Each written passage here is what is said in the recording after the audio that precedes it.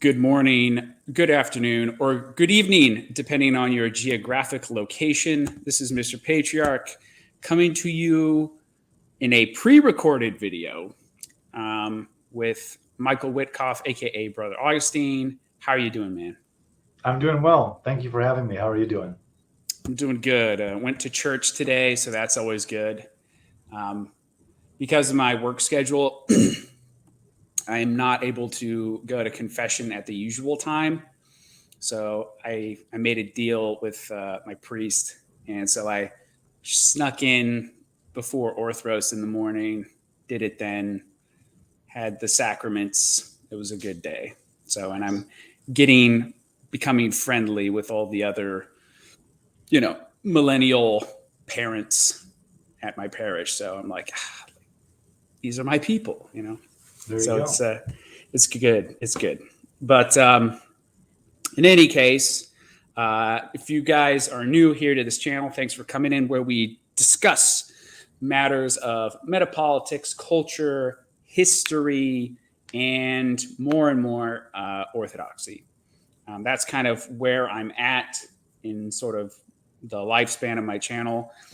I want to talk about things that I think really matter, and a lot of that has to do with developing, encouraging the development of real life communities and networks, sort of set aside from the politics. Or it's not that the politics aren't important, but they're far less important than these other things that we talk about, I think. And they're things that you can have control over, and that'll build you resiliency, real faith, real communities, real winning, in essence, because we're not going to win in Washington. If you guys want to support the show, links to Subscribestar, PayPal can be found below. If you have any specific questions, we did get some questions from the audience, which we will answer. It's posted up on a community post. But if you have anything for a future episode, potentially, that Michael Witcoff and I may have, or if there's something that you'd sort of want to prompt a solo video, perhaps, then you can do so by leaving a comment under the YouTube video. Before we begin, is there anything? Oh, and also links to all of Michael's stuff can be found in the description to this video. So you can follow him there and buy his new book, Fascism Viewed from the Cross, along with any other stuff, which I would highly recommend. I've been very busy with my work schedule this season. However, I've read about a third of Michael's book. It's well written, very crystal clear prose, and I love the way it's organized, looking at things first from the Orthodox perspective, and then going to different case examples of what is called fascism and sort of how it interacts with Judaism, with the church. So before we begin, Michael, is there anything you'd like to plug before we get started? Well, I think you already did quite a good job, but yes, I'm here today to talk about my new book, Fascism Viewed from the Cross. Don't worry, if you buy this book, yours will not say not for resale. This is just the proof copy Amazon sends you before you do the final publication, with this very nice Evola-esque cover by Censored Anon on Telegram. His website's arbalestediting.com or .online. Hold on, let me look in the beginning because I know I gave him a shout out. arbalestediting.online. He did this cover for me based on the Arctos covers of Evola's books. The titles also play on the Evola book, Fascism Viewed from the Right, because in my political journey, I was influenced by some of Evola's views, obviously not all of them, since he's a pagan and occultist, or was, I should say, a pagan and occultist. But I also got a lot of good things out of some of his views, and I wanted to baptize Evola by writing this Orthodox version of his book, Fascism Viewed from the Right, essentially, wherein he went through fascist movements and also Imperial Japan, comparing them to what he called tradition, which for him meant basically pagan empire. And this would be the Christian version of that, was kind of the idea behind my writing this book. That's awesome. Now, was there anything particularly, aside from the Evolian influence, that sort of spurred you to writing this? Like something particular in the discourse or what's happening in sort of like, I don't know, the right more broadly that prompted you to write this specifically?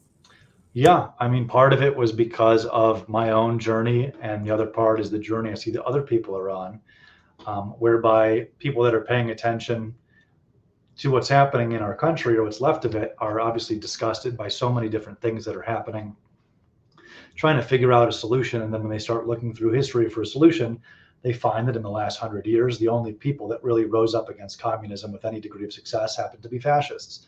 And so some of them end up leaning quite far in that direction, as I did myself once upon a time, at least in certain regards. And so I wrote this book as kind of my contribution to people on that path, having gone a little too far, I think, and then come back more towards the middle or the royal path of orthodoxy, wherein I can see, or at least I think I can see, I've done my best to see and communicate some of the pros that I found there, and also some of the errors that we have to avoid if we are going to stick to the Orthodox faith and what it has set out as a standard for our beliefs and for our behavior and for our conduct in our faith. Well said. That actually kind of mirrors my own trajectory and interest in fascism a little bit. As longtime viewers of my channel will know, I did a multi-part. I wanted kind of similar to Michael Witcoff, but for different reasons.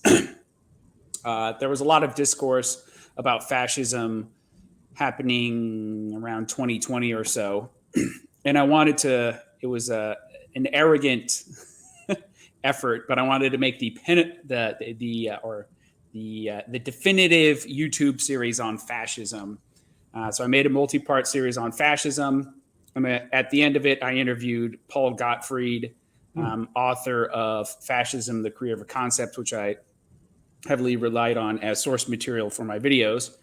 And yeah, I was interested in these ideas, A, from just having historical interests, and B, because I got pretty interested. I was never a fascist, but it became interested in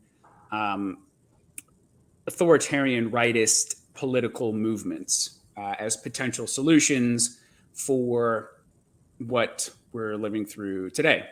And one of the things that sort of happened to me, like Michael says, is I found myself kind of not becoming a normie again, but realizing that the real important stuff and the reason for the decline that we're living through right now is largely, if not entirely, a spiritual phenomenon. It's rooted in spiritual illness, spiritual sickness, and basically now my own trajectory is to take sort of what's interesting about some of these ideas and some of the good critiques that they have. And that was always the interesting thing for me in studying fascism, is the historical critiques of the systems, not necessarily the prescriptions, but the diagnoses of the society in the mid-20th century. So with all that said, we'll get started now on the text specifically. Now, when you started this book, I really liked the way you organized it, because the book is basically broken up into four main sections. The first is on orthodoxy, and then the second, third, and fourth are about fascism in Italy, Germany, and Romania, and its relationship to the church within those specific countries. So it'll be Catholic, Protestant, or Orthodox. Its relationship to the church, its view of the state, and its relationship with Jewry, let us say. So how would you sort of summarize the Orthodox conception of itself, and then its conception of proper ordered politics, let us say, and then let's just, I got to be careful, YouTube, the JQ. So I got to tease you a little bit here, because second time this week, an interviewer has asked me to briefly summarize the topic as if the book's not 340 pages long. If I could briefly summarize, it would be significantly shorter. But I can try to briefly summarize. So in the Orthodox, like you said, in the first section, I look at Orthodoxy's view of itself as a church of the state and of the Jews, both as people and as a religion, which obviously is important and relevant to all the fascist movements. The church's view of itself is that it's the theanthropic body of the God-man, Jesus Christ. There's a visible earthly part of it that we can see. There's an invisible heavenly part of it that we cannot see, or at least that, those of us who are not pure of heart and cannot see God cannot see. Some people can see angels and saints or be visited by them and whatnot, but most of us, I think, are too carnal for that, or to see the Holy Spirit descending onto the chalice during the divine liturgy, which some priests have seen and have written about, or the people have written about them seeing it. But for most of us, there is an invisible aspect of the church. The church does not conceive of itself as simply a human institution or an organization. It's more of an organism. You'll often see this language in the saints. St. Justin Popovich, who's quoted at length in that section, that the church is a divine human organism. It's a living body with Christ as its head. So it's not just a tool for national health. It's not something that's just useful for the well-being and well-ordering of society.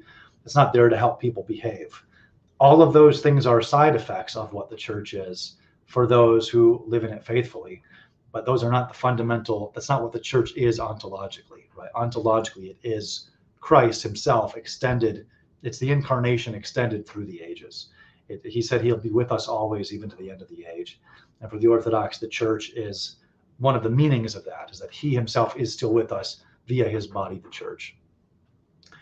In terms of the state, there are many different dynamics that can happen between church and state. And the Orthodox ideal, to summarize briefly, I argue in the book, is symphonia, which is cooperation between the church and the state. So they're separate. They're not one organization in which the clergy rule over the civil laws or anything like that. It's that they're separate, but they work together. Yeah. And so it's neither ultramontanism or Caesaropapism. Correct. And the emperors themselves, at least the good ones, recognize that, right? And I include several quotes from them in the book as well. And then its conception of Jews and Judaism is that Judaism is an outdated, dead religion that was fulfilled in Jesus Christ. Obviously, many Jews converted and became saints, especially in the ancient world. It's more rare. In modern times, it was more common in the ancient world. But that since the coming of Christ, it has just become this empty shell, the traditions of men. There was recently an article, or I think it was technically some kind of informal catechism that the OCA put out, in which the author claimed that contemporary Judaism is a true religion. The author, who I won't name for the sake of charity, later wrote a response to criticism claiming that he did not say that he meant the ancient Judaism, but he put the word contemporary in the document we all saw. So, I mean, we can see that, we can see what he said, and it's not what he said that he said. The church's view is not that contemporary Judaism is a true religion. I don't even know what that phrase means. What do you mean, a true religion? As if there's more than one true religion. Yeah, truth by definition has to have some exclusivity. It's singular. The true religion is Orthodox Christianity. We don't say these guys are a true religion. I mean, it was very sloppy language. You could maybe say the person in question was just being imprecise with his language, in which case the better response would have been, I'm sorry, I was imprecise with my language, not defending himself as if he had said something other than he said. That's neither here nor there. And its relationship with Jews has canonically always been that a Jew who converts and accepts baptism genuinely, not for material reasons like escaping criminal punishment or getting out of debt, which we have canons addressing those things. A Jew who converts is considered a Christian. Jew for the church is a religious and not a racial category. There are no exceptions to that I was able to find anywhere in the Roman imperial laws propagated by our saints, from St. Justinian to St. Constantine. I'm sorry, from St. Constantine to St. Justinian, which I cover all of in the Orthodoxy and the Jews' imperial laws section. And then I go through the whole rudder, going through our canons related to Jews, it's always a religious and not a racial category. Some fascists like Hitler really had a problem with that, with Christianity's view of Jew as a religious and not a racial category. He actually whined about the fact that Jews who became baptized were no longer considered Jews, but that is the church's view. So if you disagree with what I'm saying, well, even the enemies of that view acknowledge that that was the view of Christianity, because it's not any different for Catholics than it is for Orthodox in that regard, because the time period I'm talking about, Catholic and Orthodox was the same church anyway, right? Not the compilation of the Rudder, but at least the canons that make it up were promulgated during the time before the Great Schism, up through the 7 ecumenical councils, or some would say the 8 ecumenical councils if you're including St. Photius's council. And then of course for us we have the 9th, which would be the Palamite councils, but we're talking about the first 7 in terms of where the canons are coming from that are relevant here. So that's our basic view of the church, the state, and the Jews. And so having established that standard in the first half of the book, I then go through Mussolini, Hitler, and Cadriano, comparing things they said in speeches, things they said in writing, and actions that they and their, I can't say governments because Cadriano never had a government, things that their actions their followers took, let's say, and just comparing those to the Orthodox standards, saying, okay, this is okay, but this is not okay, this is a departure from what we teach. Just really trying to be as balanced and dispassionate as I possibly could. And I just gave my priest the book this morning. So I said, you might not agree with everything in here, but he was very interested in it, especially because his wife is Romanian. And when the book first came out, it was rated #1 on Amazon for Romanian history, even though now Amazon is screwing with my categories and kicked it out of that category for some reason, even though a big section of the book is about Romania. So that's a brief summary of what the book is and kind of how I go through all of these topics. Very cool. Now, defining, so I guess for the sake of the audience, for those who have not plumbed the depths of esoteric texts like you and myself, how would you define fascism? And would you make a distinction, as Paul Gottfried does, between, to some extent, between National Socialism and what's the, oh my gosh, the normative fascism of Mussolini's Italy? Yeah, so I actually don't define fascism in the book, because I think that if you were to use the term very strictly and technically, it would apply, at least with these movements, only to Mussolini technically, and then National Socialism would be something else. But all of these groups are put under the umbrella of fascism. I actually quote Paul Gottfried and Fascism: Career of a Concept in the introduction of my book to make that point, that the word is essentially meaningless now, especially when used by people that are just throwing it around to hurt people, to label them. Certainly today, absolutely. Yeah, it's a rhetorical whip at this point. Exactly. And I've never spoken to Paul Gottfried, but maybe you could send him this video now that I know you guys are buddies. Maybe he'd find it interesting or find the book interesting. I'd be curious to hear his thoughts on it, certainly. Yeah. No, I can. I might be able to send it to him. Yeah, that'd be cool. So even though I would say it strictly would apply to the fascist party in Italy, there's a lot of overlap between these movements and then a lot of divergence. The first versions of the book were very different from what it is now. It was much more contemporary American book, talking about Donald Trump and Turning Point USA and Patriot Front and the Proud Boys and Nick Fuentes and all that stuff. Like, it was going through these things, talking about them. And I eventually decided I don't want any of this in the book. I don't want this to be an American 2023 book. I want this to be a book that's timeless, that's relevant for people no matter when they read it. But in the standard I set up here, you can use this lens to view any of those things, but I didn't write about them at length in the final version. I had other movements in the early drafts. I had Franco, I had Salazar, I had Primo de Rivera. All of that was taken out. I considered Leon de Grelle at one point. I took it all out because I figured I don't want to write the same chapter over and over again, more or less, even though Franco was different than these guys. But I already had a Catholic in Mussolini. I had a Catholic in Hitler, right? An Orthodox in Cadriano. In Germany, dealt with Protestantism and Catholicism. So I feel like I covered the spectrum of mainstream groups that call themselves Christian here. Obviously, the word the church would only apply to Orthodoxy for us. But I kept writing. I was like, how many chapters do I need about a Catholic guy that became an authoritarian leader?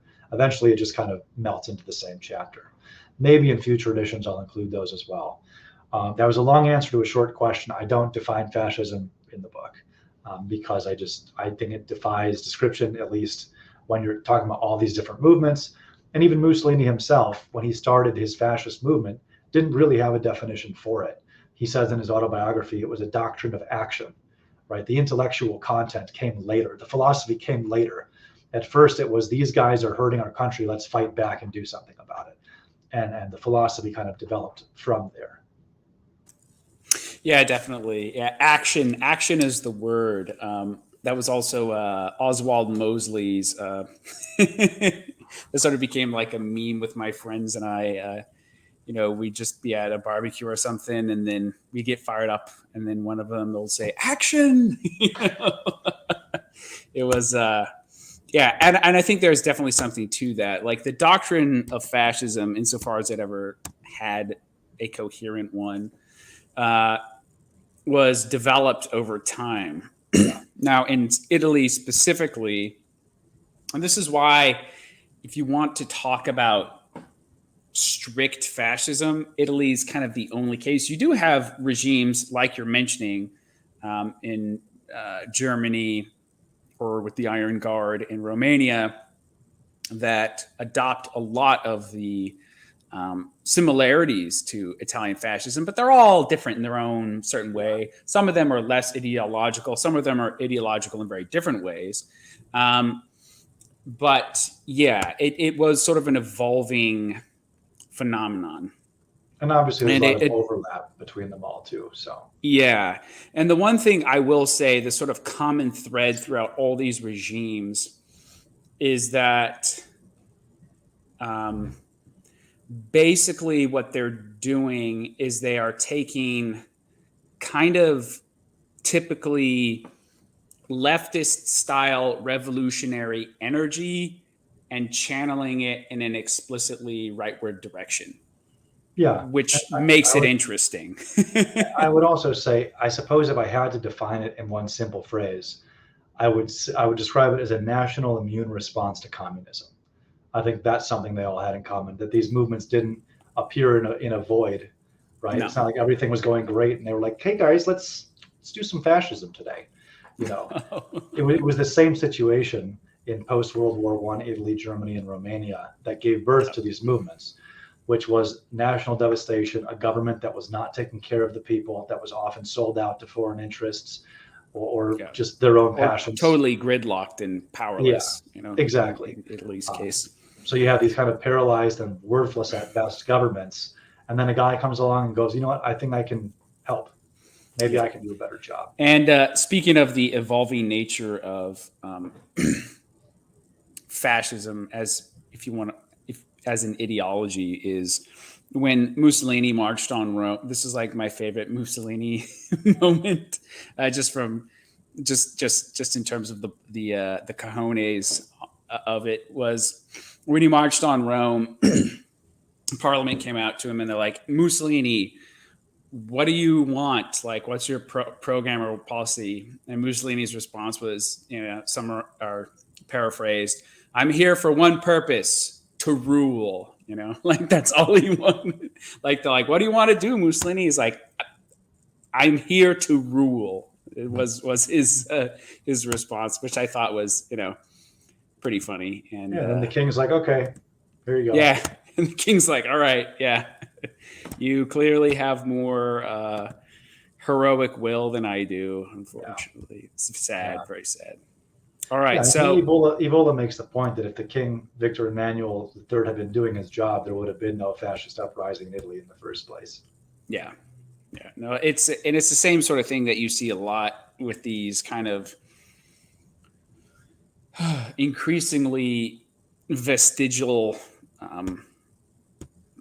modern 20th, 21st century monarchies, where the king or the monarch allows himself to be more and more sort of sidelined, and he just sort of accepts his place as basically a figurehead. Yep. And in the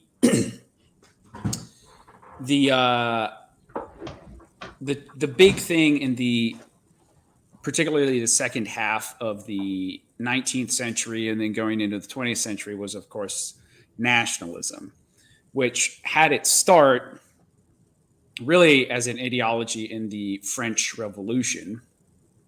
So you could say after the initial revolutionary fervor, the ideological nationalism, which is distinct from recognizing that there are different people groups with different faiths and cultures, and they do things differently.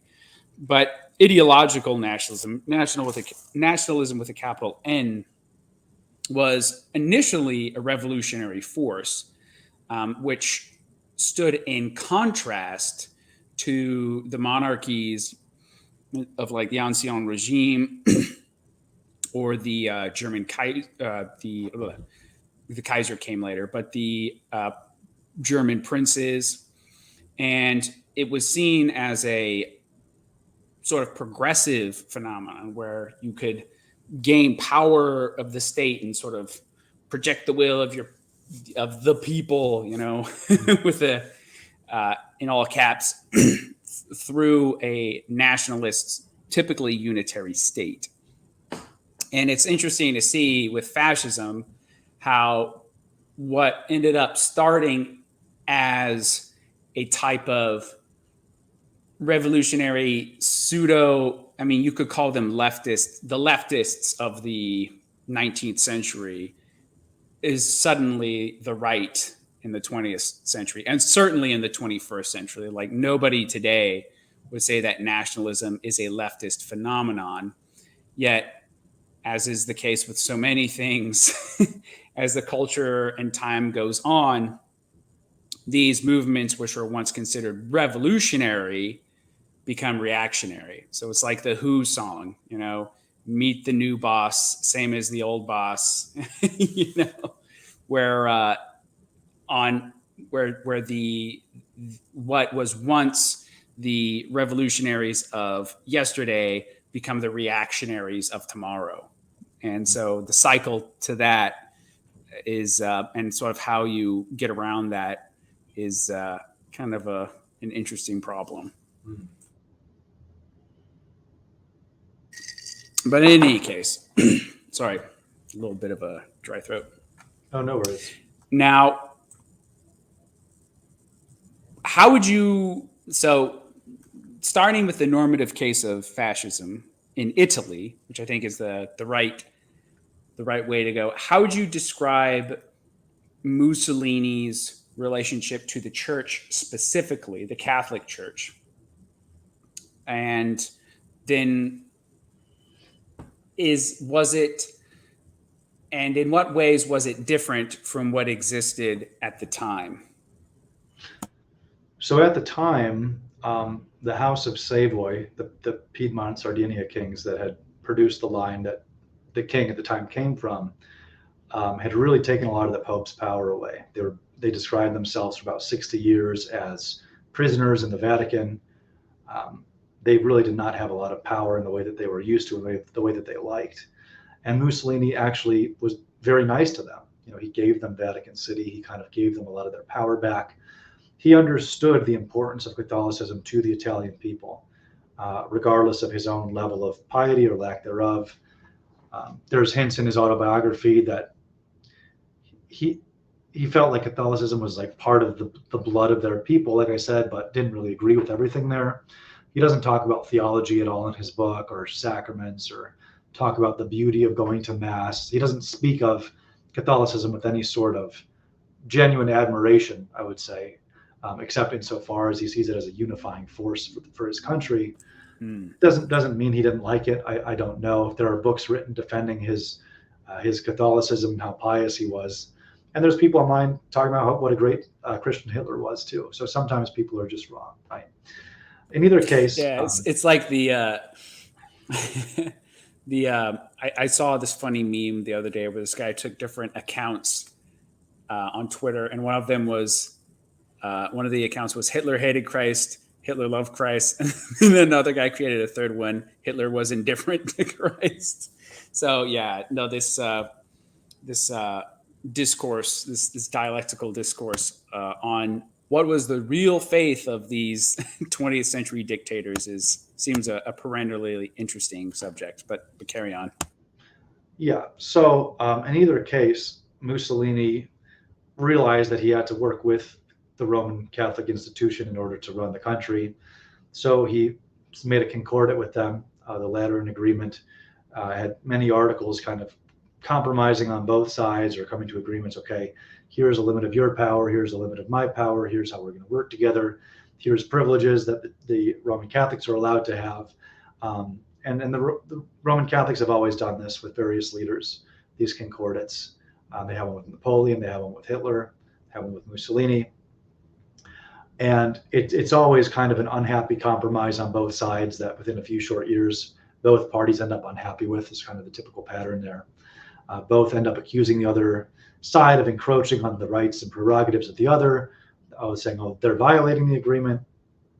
Ultimately, Roman Catholicism got more out of the Concordat than Mussolini did, to such an extent that at the end of his life, Mussolini really regretted having signed it with them. He regretted having ceded so much to the Pope. So he kind of got outplayed in the long run there. But in either case, he helped with religious education in schools, obviously fighting against godlessness and socialism and whatnot. But at the end of the day, for both Mussolini and Hitler, especially when it came to the youth and youth groups, where fascism and Catholicism came into conflict, it was always the fascists saying, no, you guys are breaking your agreement. We need to have more power in XYZ area, and slowly eroding the power of Catholicism when they realized that there was conflict there. But I'm sure that most Italian Catholics saw him as a protector of the faith, simply because it was the socialists that were whittling away at it, and then he comes along and fights against them. So you'll often see Christian leaders supporting different fascists, especially in the beginning, because they do see them as the force that's fighting back against godlessness, against atheism, against communism. Even a lot of Orthodox bishops at first, you'll find comments from them supporting Adolf Hitler. They saw him as a fighting back against communism that they didn't like, especially as Hitler was pretending to be a Christian still at the beginning of his career. In fact, I think it was his first public speech was talking about Jesus and God Almighty and all this stuff. But over time, of course, the mask fell off and his real beliefs came out more and more, not just in public, but also comments he made to people who knew him privately, who universally understood that Hitler was not a fan of Christianity. But the short answer is Mussolini's relationship with Catholicism was conflicted. He tried to compromise with them. They tried to compromise with him. But at the end of the day, the two systems did come into conflict in several different ways. So both groups felt like they were getting the short end of the stick from the other. Yes. Now, this is something interesting to note for the sake of the audience, is that Italy at the time was already itself a unified Italy, basically hadn't existed since the time of the Roman Empire. And the unification of Italy was done by, or largely spearheaded by, this nationalist revolutionary general Giuseppe Garibaldi, who himself was an anti-clerical individual. And of course, in order to, the sort of horse trading that goes on in revolutionary movements, although the idea was to have a republican form of government, which Italy did have, it also maintained a sort of constitutional monarchy, like you said, under the Sardinia Piedmont kings. And the result of this, the unification of Italy, one of the side effects of it was the destruction of the Papal States and the consolidation of the Italian polity under a unitary head in Rome. Now, the interesting thing about fascism is that it capitalized, and this is true of basically all the fascist movements, is they're strongly nationalistic. But like the like Giuseppe Garibaldi and the revolutionary Italians of his day. But with Italian fascism in particular, there seems to be a emphasis on reviving Romanitas, like the glory of Rome, in a certain sense. But it's this weird, almost sort of, and part of that is acknowledging the influence and the rights and privileges of the Catholic Church, and seeking to elevate it, at least initially. But there's this weird, almost sort of postmodern flavor to this sort of, if you want to call it fascistic traditionalism and the appreciation of the Catholic Church. Because, as you said, Michael, Mussolini's appreciation for Catholicism was less for the tenets of the faith and more a respect for it in an almost, and you see this a lot with guys on the right today who would be like, I'm not a Christian, but I'm a culturally Christian, and I respect what it does for Western civilization, blah, blah, blah. Mussolini basically had the same opinion of Catholicism at the time as well. So he saw it as a useful thing, something that was rooted in the Italian nation, which was inextricably linked, which provided unity, but the actual theology, the whole thing of the church being a hospital for the soul, less interesting to him, basically. Yeah. So now continuing on, I guess I'll kind of slide in here a little bit, and then I'll have you respond. One of the things that was also distinct about Italian fascism vis-a-vis National Socialism in Germany and certain aspects of the Iron Guard in Romania, to my understanding, was their treatment of the Jews.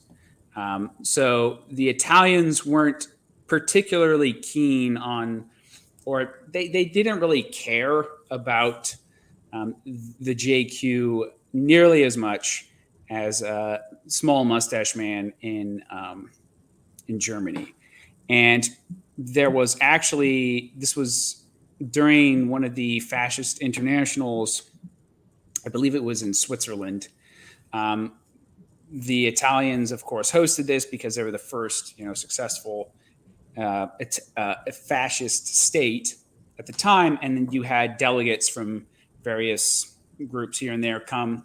And some of them wanted to make sort of a strong, let us say, policy against Jews, a core tenet of fascist ideology to be sort of exported to, would-be revolutionary rightist governments.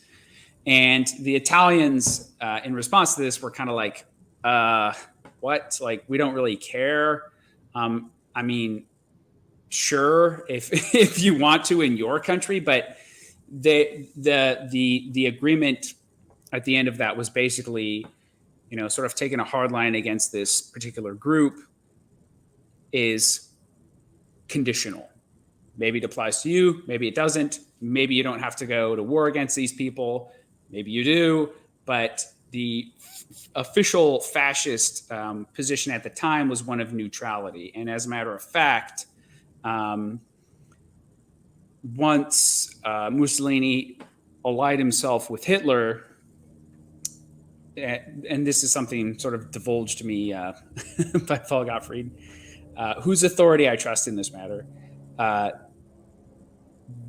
One of the requirements was to kick the Jews out of the fascist party in Italy, and the philosopher of fascism, Giovanni Gentile, was actually quite mad at Mussolini about this, and it caused some degree of internal tension within the fascist party. So is there anything with that you'd like to add, or any sort of points of disagreement that you have with the Italian fascist position on Jews? Well, I wrote a whole chapter on it. What was I going to say?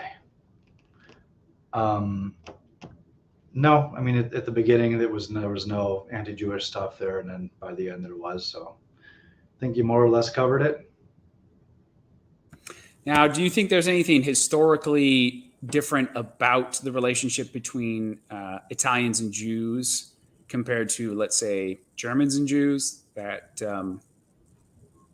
made, let's say, anti-Semitism less of a concern for Mussolini and friends? Well, Mussolini didn't seem to care much about race for the beginning of his career, especially because there were a lot of Jewish fascists in the beginning. There were Jews on both sides, more than you'd expect, were part of the fascist party, but there were also a lot of Jews that were anti-fascists and communists kind of all over the place. And so he early on had hints that he was concerned about dual loyalty between Italy and Israel, or to their community, I should say. So he asked them a few times in various publications or comments, where their loyalties lay, and all the Jewish groups come together and say they were Italian citizens. And it wasn't until 1938 when Mussolini's thoughts on race started to solidify and turn into persecuting laws, not just against Jews, but against other people as well. Against blacks, obviously, with what was going on in Ethiopia. That was kind of the catalyst for the Manifesto of Race that ended up coming down in 1938. And then after that, things just kind of slowly got worse and worse. Eventually ended up stealing property and bank accounts of Jews, giving their money to, I believe it was the victims of bombings in Italy. And there was a period of time where there were discriminated Jews, which was actually used in a positive sense at the time, meaning kind of safe from persecution. And over time, even the discriminated Jews became, victims like everybody else. So it was a slow decline, but then once it started, it really sped up quite rapidly. And would you say that turn was necessarily linked to the events of World War II and Italy's involvement with the Third Reich, as opposed to something that was germinating in theology and then manifested later? I think it was both. There are people who say that Mussolini didn't persecute Jews till Hitler kind of got to him in terms of influence. But I think you could see seeds of these things sort of swirling around a little bit beforehand, even if it didn't take concrete form until then. Gotcha. Now, one of the interesting things about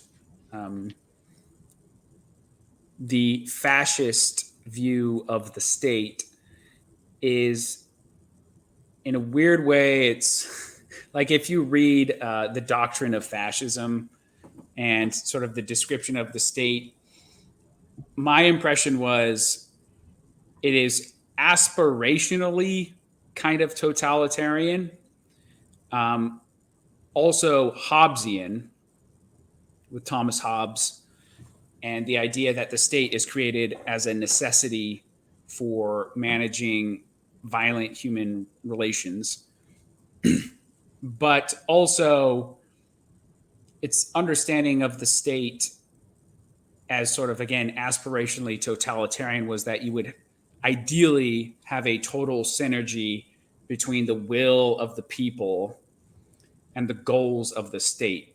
So in a way, when the fascists use the word total, and I think Mussolini actually coined the term totalitarian, either him or Giovanni Gentile. The idea was that they were selling totalitarianism as a good thing, in the sense that, and it was different than sort of what we would understand today to be totalitarian. Basically, the idea of the Italian state was that you would have basically perfect, again, like I said, perfect harmony between the will of the people or the will of the nation and sort of the goals of the Italian state, that there would be sort of a synthesis between the two. And the objectives of the state would be basically, and the policies of the state would be basically a manifestation of like the, what was that? Jean-Jacques Rousseau's general will, almost. So that the state would be the totalizing executor of the general will. What is that exactly? Who decides what the general will is? Isn't really discussed. It's just sort of taken as a given. In reality, of course, we know that these things are the product of, elites within society who may or may not, usually not, particularly care about the general will insofar as it exists. But to me personally, the fascist conception of what the state is, in the Italian case at least, is one of the more weird, interesting historical or intellectual history pieces that I've sort of come across. What are your thoughts on that?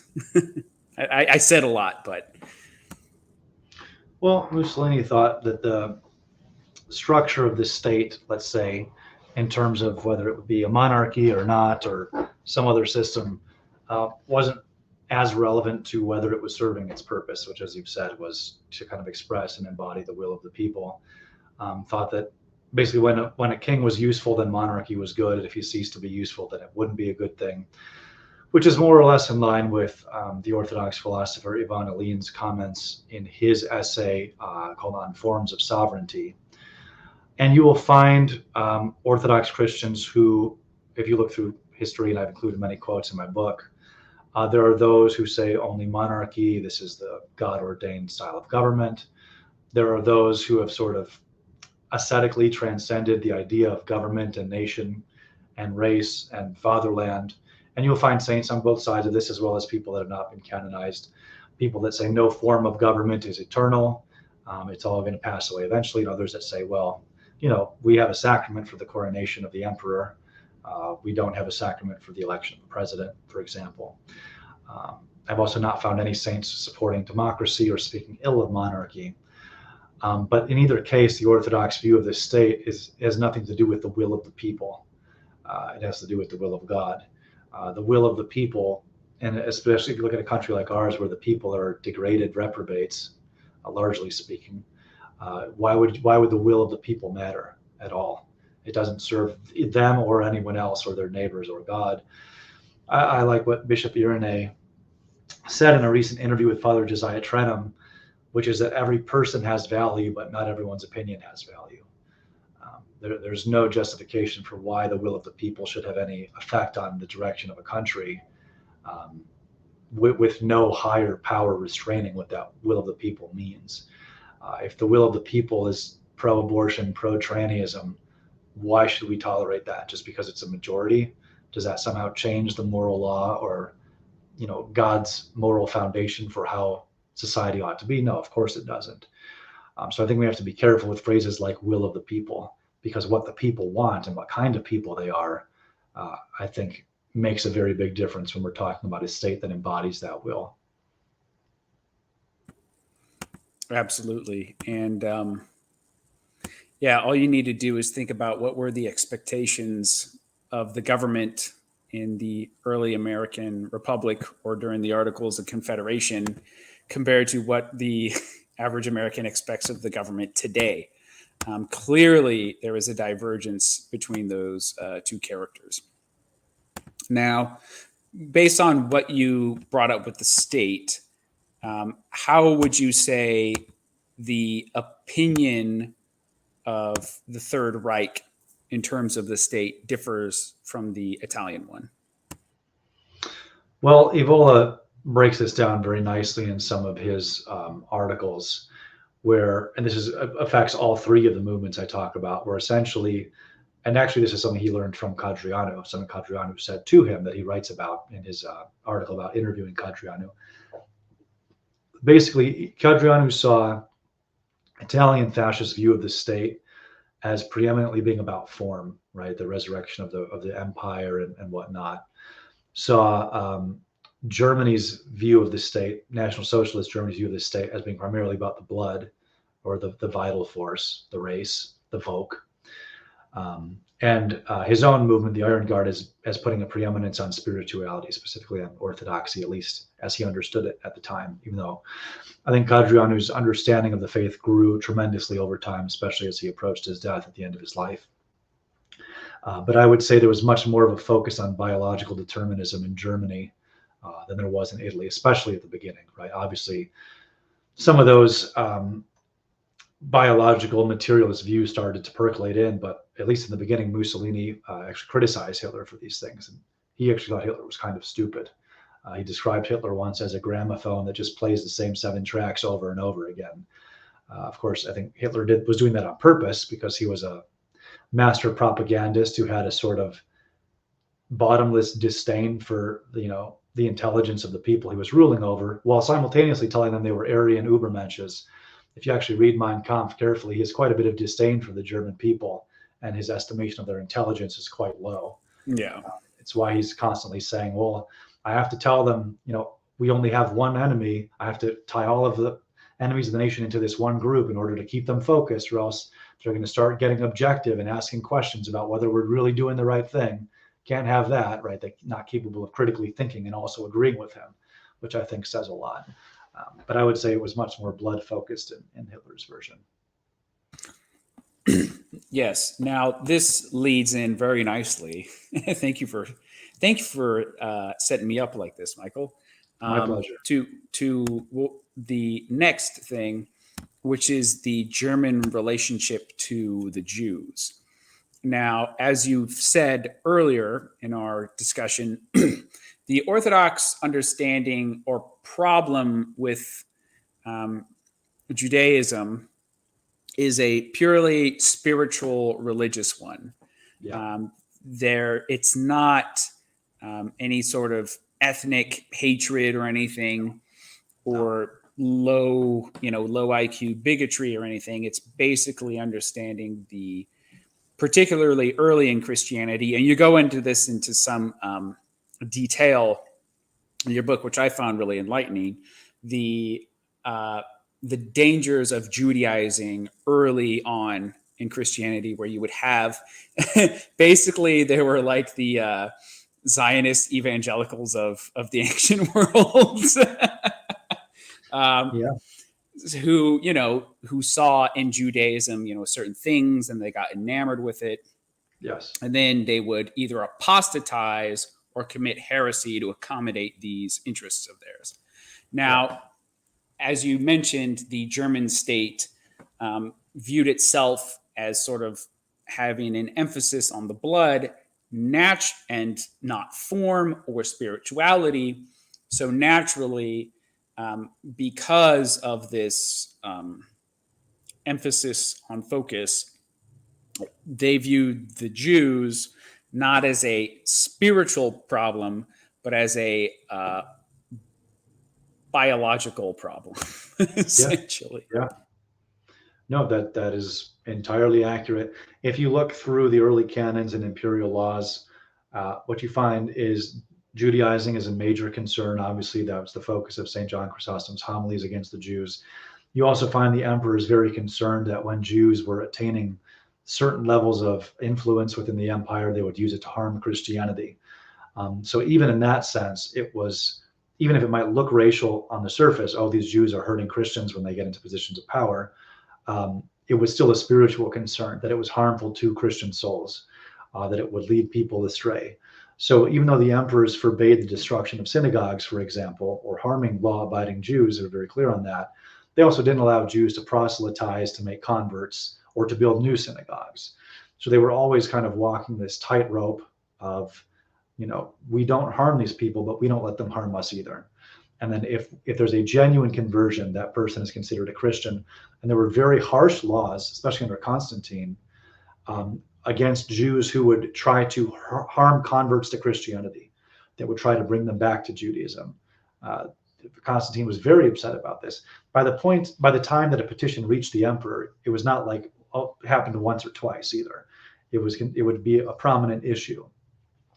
And given that his punishment for that was having them and all their associates burned alive, at least on paper, we don't know if this actually happened, but sometimes the punishments are on paper just to be a deterrent, right? Doesn't necessarily mean it was carried out. But the fact that he went to that level of extreme violence in response, or at least talked about it, says that it was a very serious problem that he and the church took very seriously.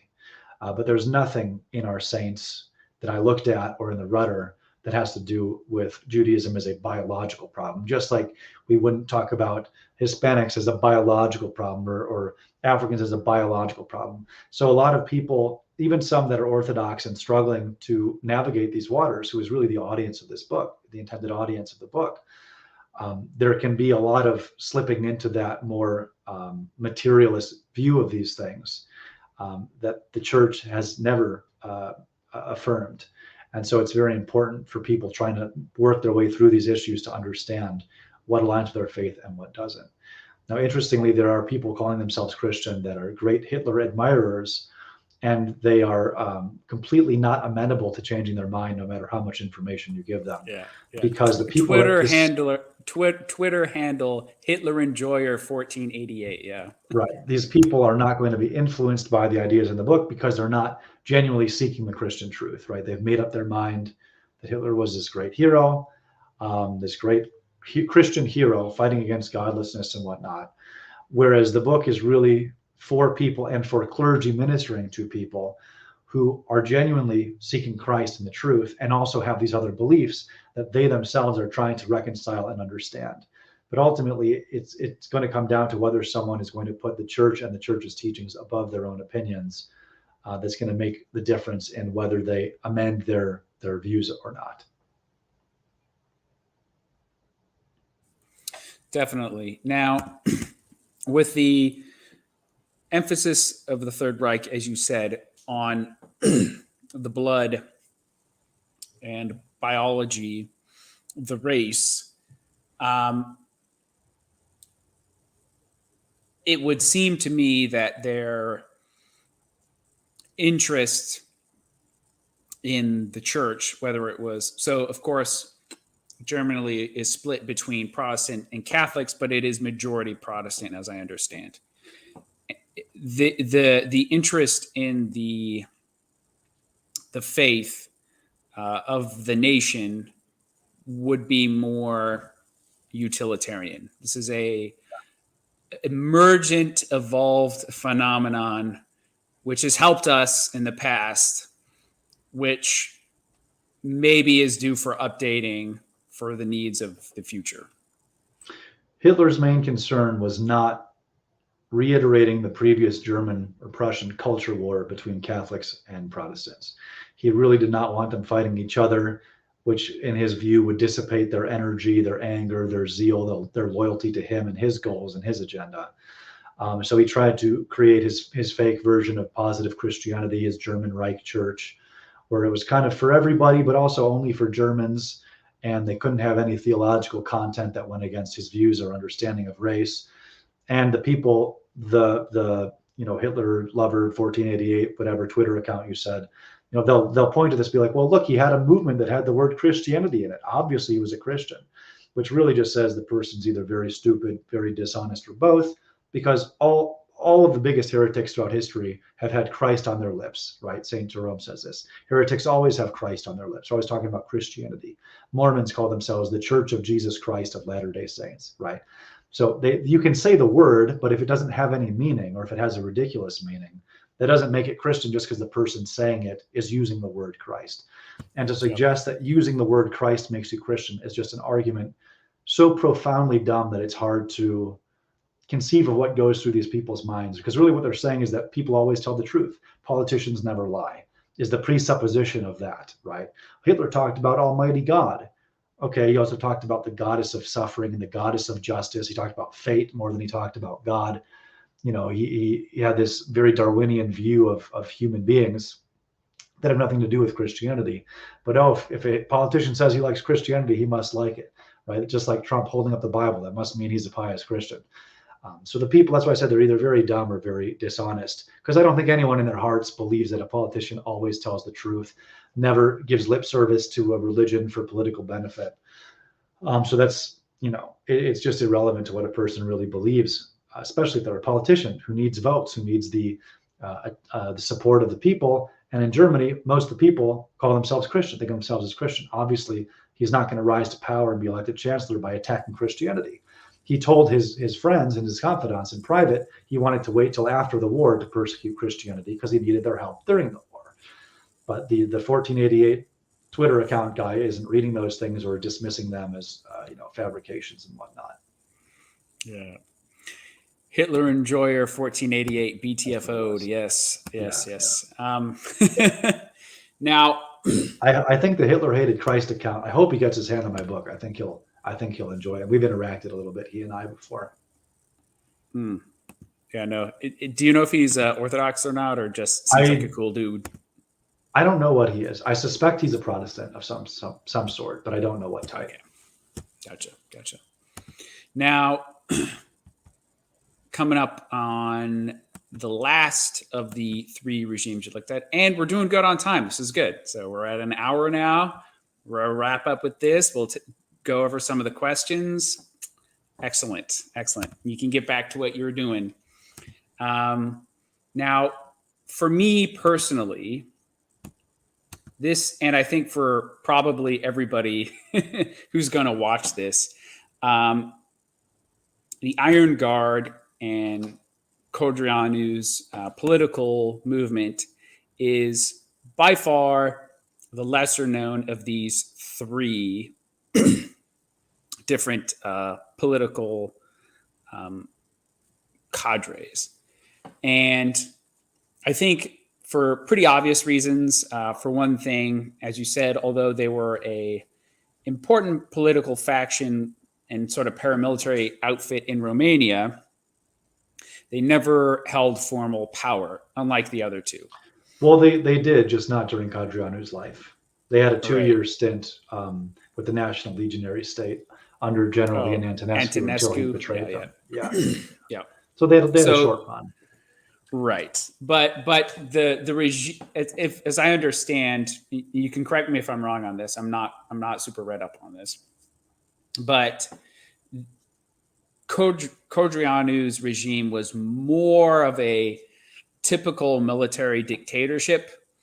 And in a similar way that Franco employed the Phalangists in Spain, Antonescu employed the Iron Guard in Romania.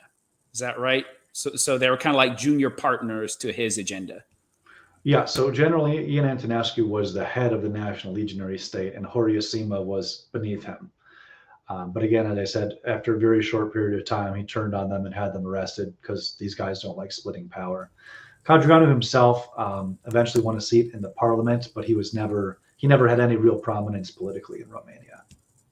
But he had many followers. I think Evola estimated about 600,000 followers at the time of his death. Right.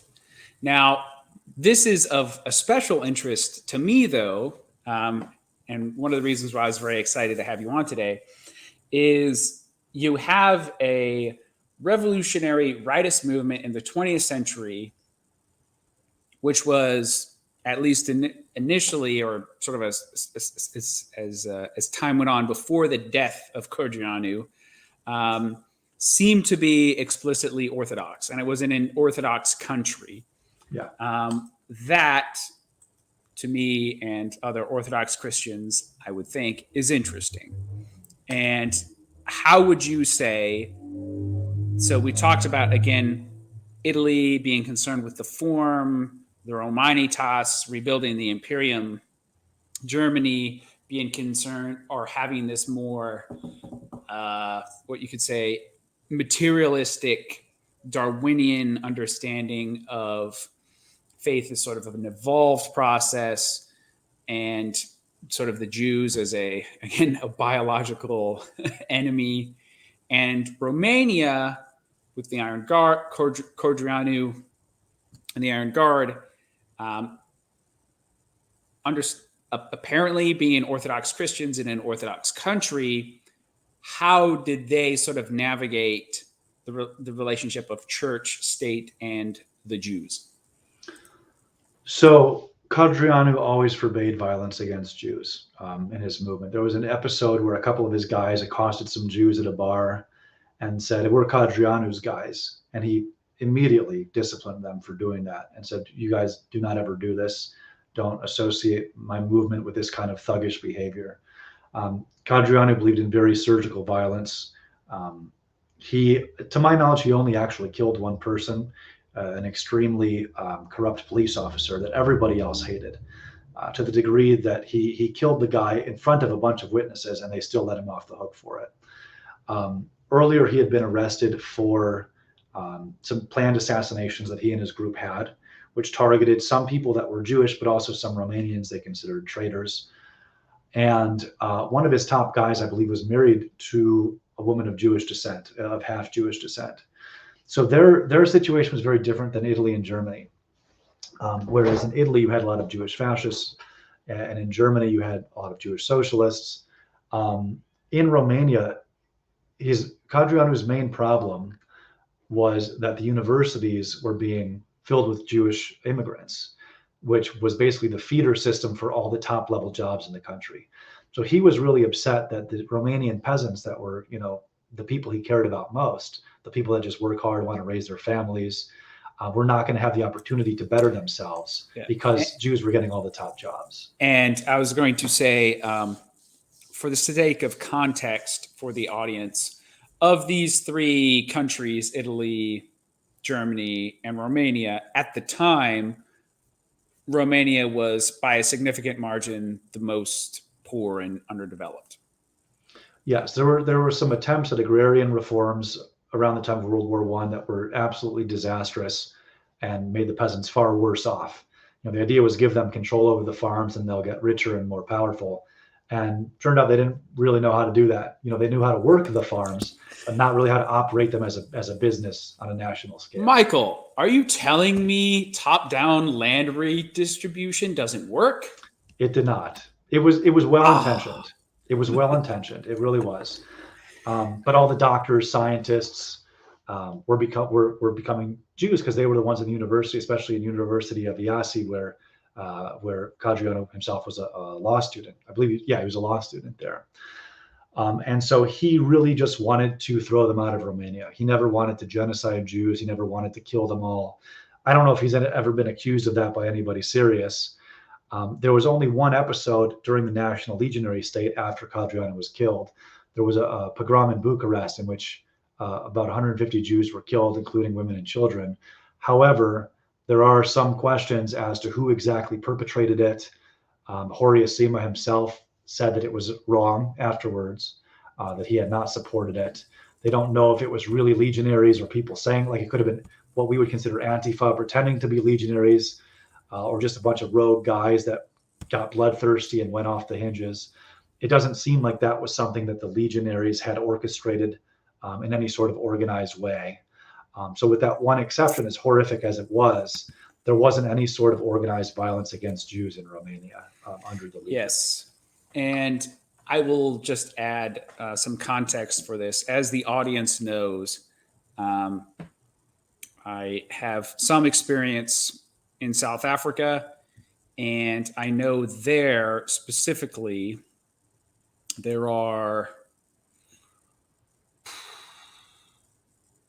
it was some absurd number, something like 600 violent or anti-government protests.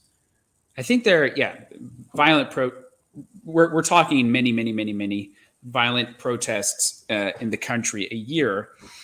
And also vigilante justice is extremely common. So I think even though the death penalty in South Africa has been abolished since the end of apartheid, there are, I believe the last figures I looked at were over 500 acts of vigilante execution in South Africa per year.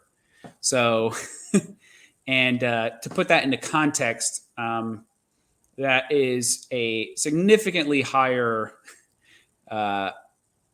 mob justice attrition rate than executions under the Tsar, typically in the later stages of the Tsarist Empire. So it is not inconceivable that this literally could just have been an act of just mob violence, and then some people got carried off on it, and then it's passed off, retroactively as like some pogrom initiated by X or Y organization. Sometimes these things do spontaneously happen, but it could have been organized, might have been, again, spontaneous. The point is there's, unless you actually have insider knowledge, it's pretty hard to tell sometimes.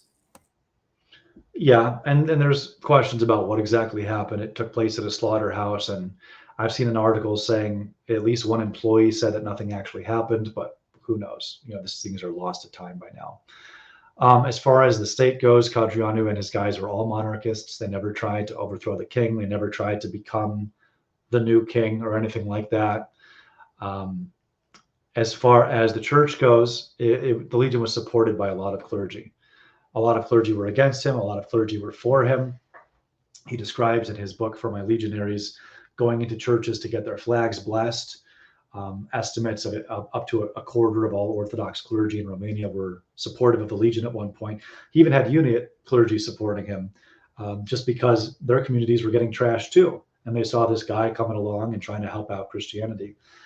The one weird thing with Codreanu and his faith was that a couple times in his prison diaries, he talks about a Saint Anthony of Padua, which is a Catholic saint and not an Orthodox saint. It seems he had a prayer book from Anthony of Padua in the cell with him that he really appreciated, that he prayed the prayers a lot. So it's not clear where he got that book, whether a Catholic or Uniate priest gave it to him. He doesn't mention it anywhere in For My Legionaries, but he basically says that he prays to the Theotokos and this Anthony of Padua all the time in prison, with no context or elaboration. But apart from that, you see him really falling in love with Scripture in prison at the worst of his own personal persecution, identifying with St. Paul, specifically in the epistles, and really growing in his faith at that time leading up to his assassination. But as far as we can tell, he was very genuine about his faith. It was not a political tool for him. He was just living Orthodox to the greatest degree that he could, even though, of course, in his youth, he struggled with pride and, targeted assassinations. You got to understand the context, and this is the tricky part, where if your country's going to hell in a handbasket and the bishops won't bless any kind of war or fighting back, what do? Right? Some people just endure it ascetically, and some people say, well, I got to do something. And so I think he fell into that latter camp. And so I know there are people in Romania who venerate him as a saint. He has not been canonized. Whether he's a saint or not is up to God. But you certainly see a man in his last prison stay, talking about how he'd spent a lot of time fighting against men, and now he's starting to understand the spiritual warfare as well. So being in prison was good for him spiritually, certainly. That was very cool. All right, thank you for that, Michael. Well, it's been about an hour and 12 minutes now, and if I feel like we've covered a good amount of stuff, enough to give the people a taste of what lies within these pristine pages, but without giving too much away. Would you be cool hanging around for some questions that we got from the audience? Yeah, I got 5 or 10 more minutes. Excellent, cool. Yeah, there's only a few of them that I thought were particularly relevant. So for this one, what is Michael's view on corporatism or the economic system of fascism? My view of any sort of system is that whatever serves the people in a given context is the best in that context. Ivan Ilyin makes the point again in Forms of Sovereignty that what the best system is depends entirely on geography, on history, on the culture of the people. I don't believe there's one system that's going to be best for everyone in every situation. Like there are parts of the world where there is no farmland, parts of the world where it's snowing all the time, parts of the world where it's wetlands. You can't have the same system in all of those places because they're just wildly different. So I think that it's contextual, and that it should change to serve the people in whatever context makes the most sense for them. Fantastic. Very practical.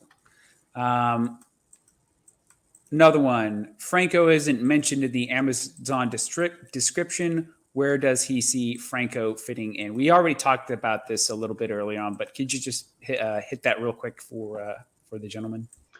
Yeah, I think as far as 20th century nationalists go, he was one of the more effective, if not the most effective of the group, simply because he ruled for 40 years. He kept his country out of the war while everyone else was getting all wrapped up in it. As far as I can tell, he was serious about his Catholicism, even though he was also quite brutal, especially with the Foreign Legion, with the the most elite, toughest shock troops of his army. There's a great book about Franco called Miner of Trouble by Peter Kemp. It's not really about Franco so much as about the Spanish Civil War.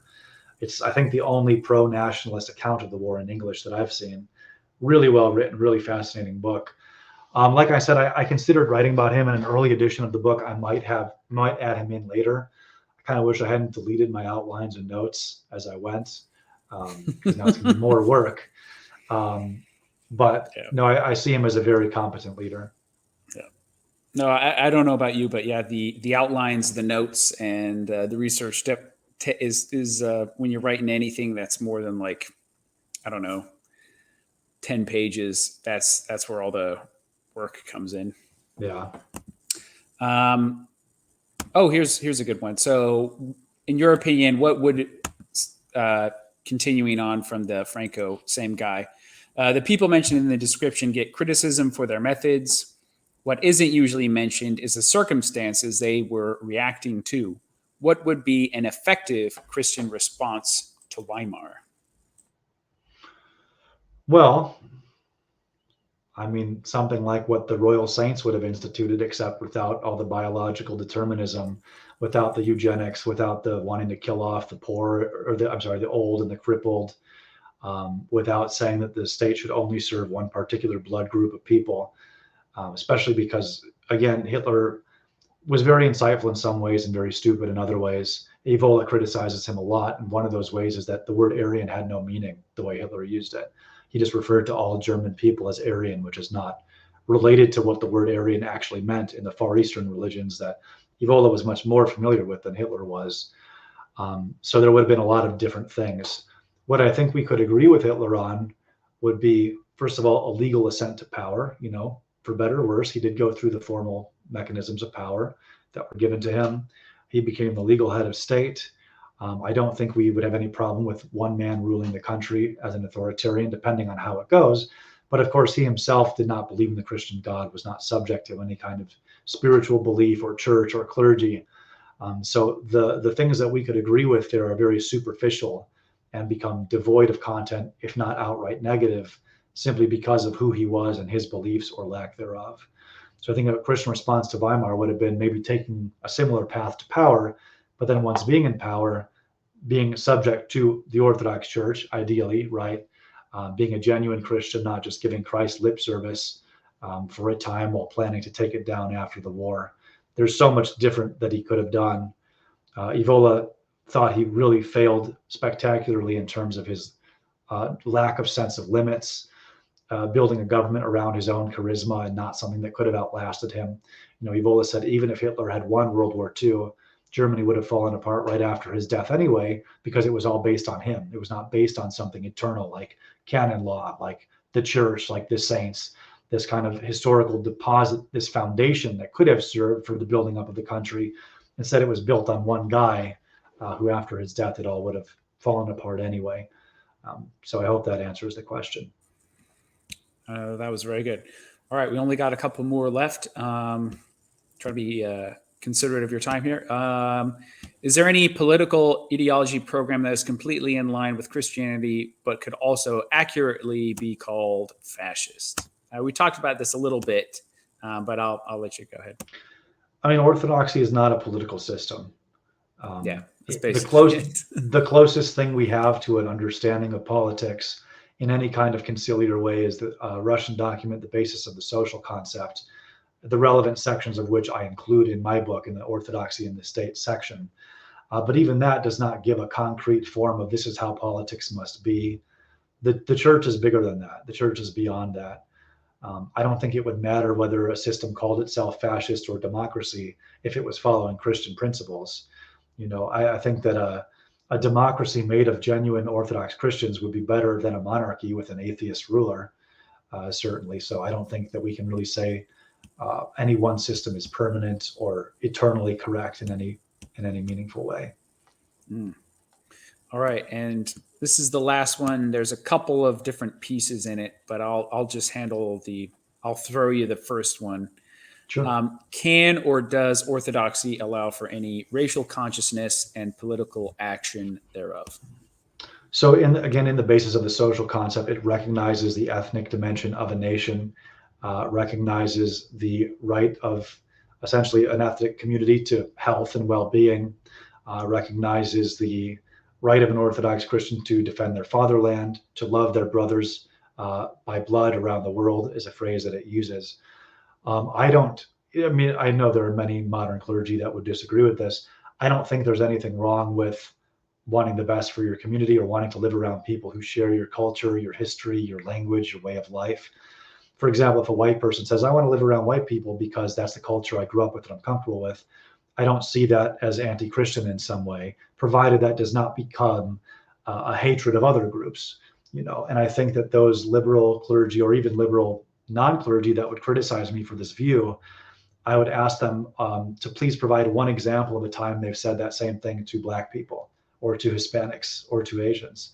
They won't be able to provide a single example because while they're pretending that their problem is with ethnic activism, it is only and exclusively applied to white people.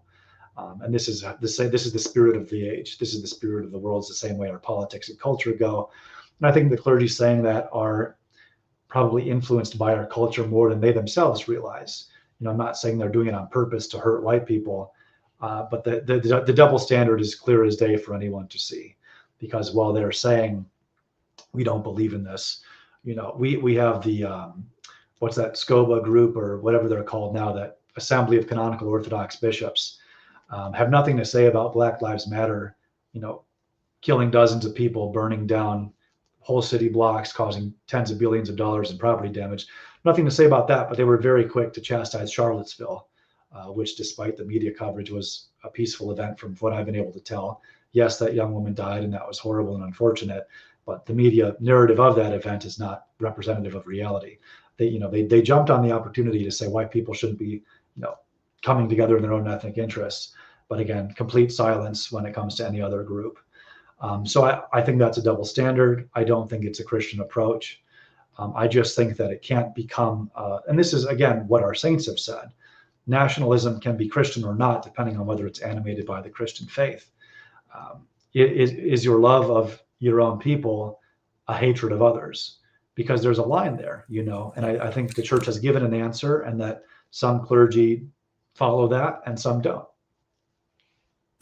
Yeah, no, that's basically it.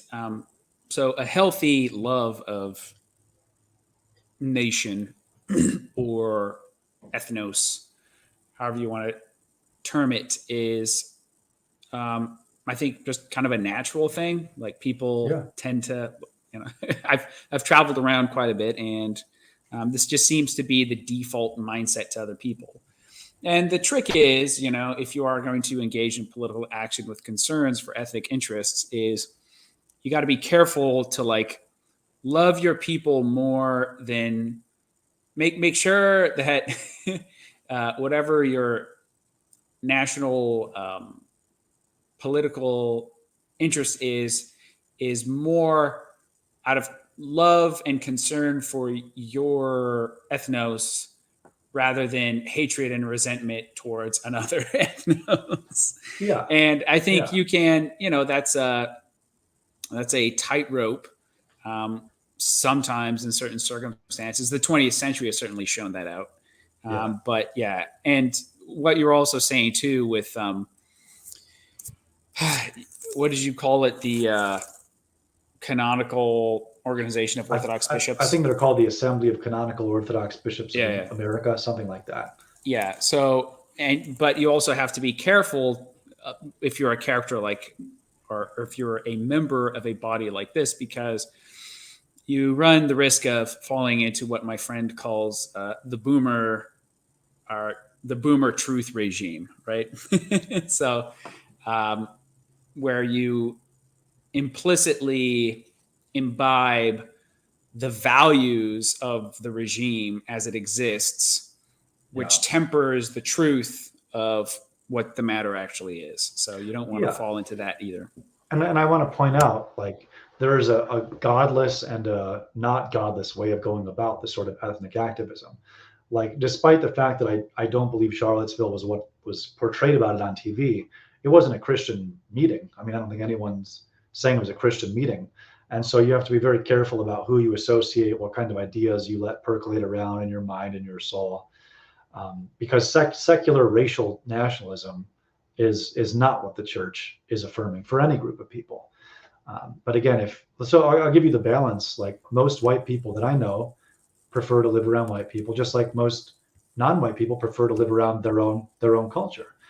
But that cannot translate into, for example, a situation my priest had to deal with, where you had these white nationalist type of guys showing up to church as inquirers. It was a group of them that were insisting that the non-white parishioners be kicked out of our country. They don't belong here, they were saying.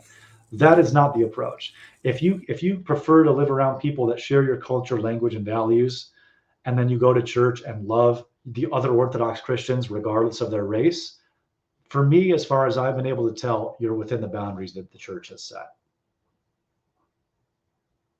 Indeed, yes. And no, I think that's exactly right. Well, Michael, we are right under an hour and a half. This is peak podcast timing.